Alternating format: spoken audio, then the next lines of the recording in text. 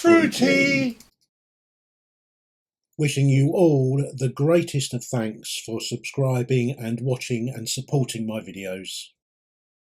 Welcome to the fourth and final video of the Ironstone Quarry series. This covers the smaller, lesser known quarries in the southeast corner of Leicestershire.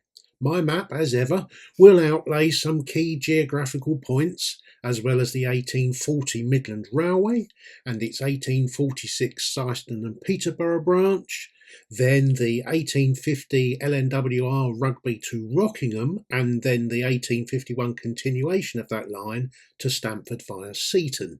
For more details of these lines, please see their separate videos. The first ironstone mining to take place at Neville Holt lasted from 1861 to 1868. A Mr. W.J. Roseby, who quickly sold his interest to Mr. Bean Thornton, dug the ground here, but it was not clear how the ore was transported. Staveley showed an interest, but nothing happened. Medbourne Bridge Iron Company took over in 1871 with a narrow gauge incline with under-track cable hauling with a brakeman at the summit, but lasted less than a year. In 1873, when many railways were arriving in the area, such as the Nottingham to Kettering direct route of the Midland Railway over Haringworth Viaduct, the Great Northern and London North Western line, whose construction cut through the failed incline that led to Holt sidings on the Rugby and Stamford line, and the LNWR extension from Seaton to Peterborough via Wakerley and Barrowden. Holt sidings remained in use for a short while. The LNWR extended from Seaton to Uppingham in 1894. James Payne and his son Gordon managed two quarries in the area from 1912. The one Peckett 040 saddle tank that worked the siding also laid the track and was named Uppingham. With a 1 in 40 gradient, the chuffing locos would have been seen and heard by Uppingham School, which led eventually to its demise, but not before wartime demand opened a second quarry with hand digging by German prisoners of war. They were accompanied by two Avonside six-wheelers named Uppingham and Adderley. Immediately after Armistice Day, the school bought the playing fields that Payne had hoped to expand into. Quarrying became a minor task until the general strike of 1926, when United Steel took over merely to complete the paperwork of final closure, despite attempts to plan for other outcrop potential, but none were realised. Uppingham was formed when the Kettering Iron and Coal Company, KIC, were looking for an additional source of limestone as the main supply at Findon looked to be running low. It was operated as a parallel company to KIC, and the ironstone extraction was of little significance. Opened in 1919 with the hope of using prisoners of war to construct the access to the railway, the POWs were repatriated and limestone was transported by steam lorry. A very short narrow gauge system operated to the north of the quarry with a loco named Yum Yum. Otherwise all other working was standard gauge, connected by 6 acres of sidings to the main line. The narrow gauge's life was as short as its length. Limestone and ironstone here was of poor quality, and the former was added to asphalt to make this a quarry to assist with road building, but closed in 1930. It had a brief reprise in the 1960s, but there was no rail system in place. The branch is now occupied by the telephone exchange near Foster's Bridge. A problem with records for Pilton is they were named Uppingham, though run by Staveley and not KIC. Originally intended as narrow gauge, this was only used for construction, and quarrying was standard gauge only. Locos Pixie, Keeley and Defiance operated here from 1920. By 1928, when some quarries were being exhausted, Pixie returned to Eastwell. The long siding from the Midland Railway was to cope with a 1 in 25 gradient. The sidings had 2 signals, one to protect the main line and another to protect points on a curve, as both were invisible due to vegetation and cuttings. Both Scots and wing pits were reached through these cuttings. This was later resolved with only one loco working. Ancaster Pit had been worked in a 180-degree turn, finishing in 1969 with gaps due to war breaks.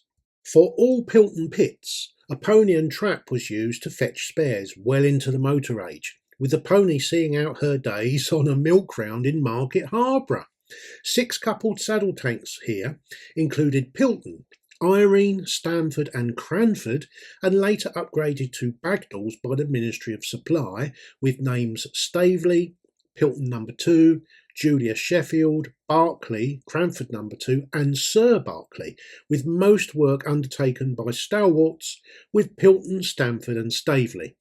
A weighbridge and weighhouse were relocated here when Mill Hill Quarry in the Eastwell area closed. It also provided a rail upgrade, which allowed a realignment of Wing and Scott's pits, which were placed directly onto the Ironstone floor, all under the direction of Staveley Minerals from 1965. When the Great Northern and London North Western joint line was built, it had cut through an ironstone brow around the Tilton on the Hill area. As it was in fairly uninhabited countryside, it had not been utilised prior to the railway arriving. William Firth, chairman of the West Yorkshire Iron and Coal Company Limited, happened to own land in this area, which he quarried from 1890 to 1910, with standard gauge wagons being drawn by horses.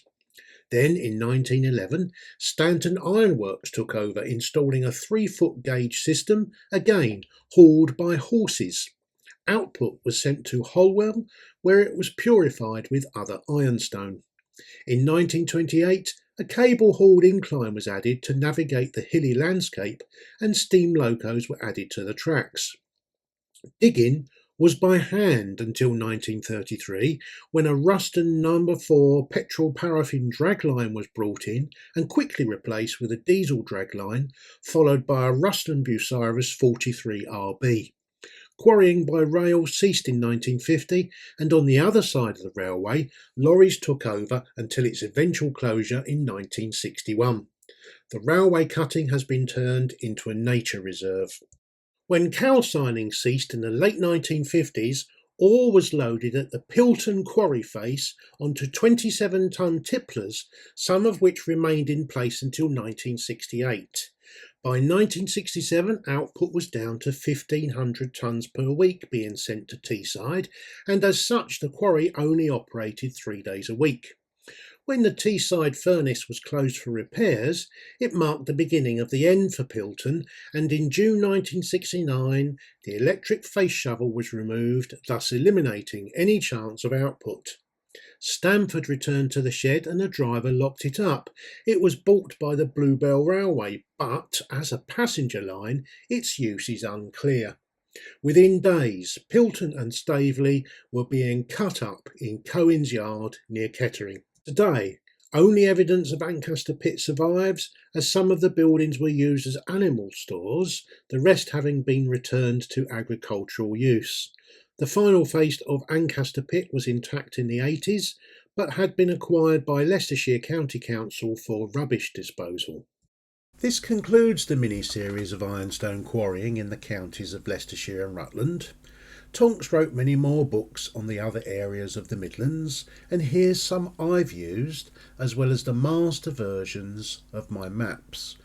Before I move on to the next video, which shall be on the Midland and Great Northern Joint Railway, I'll be providing a synopsis of the very little that remains of the ironstone industry. I hope you can join me then. Meanwhile, please like and do subscribe to get informed of the next in the series of the history of railways in Leicestershire and Rutland.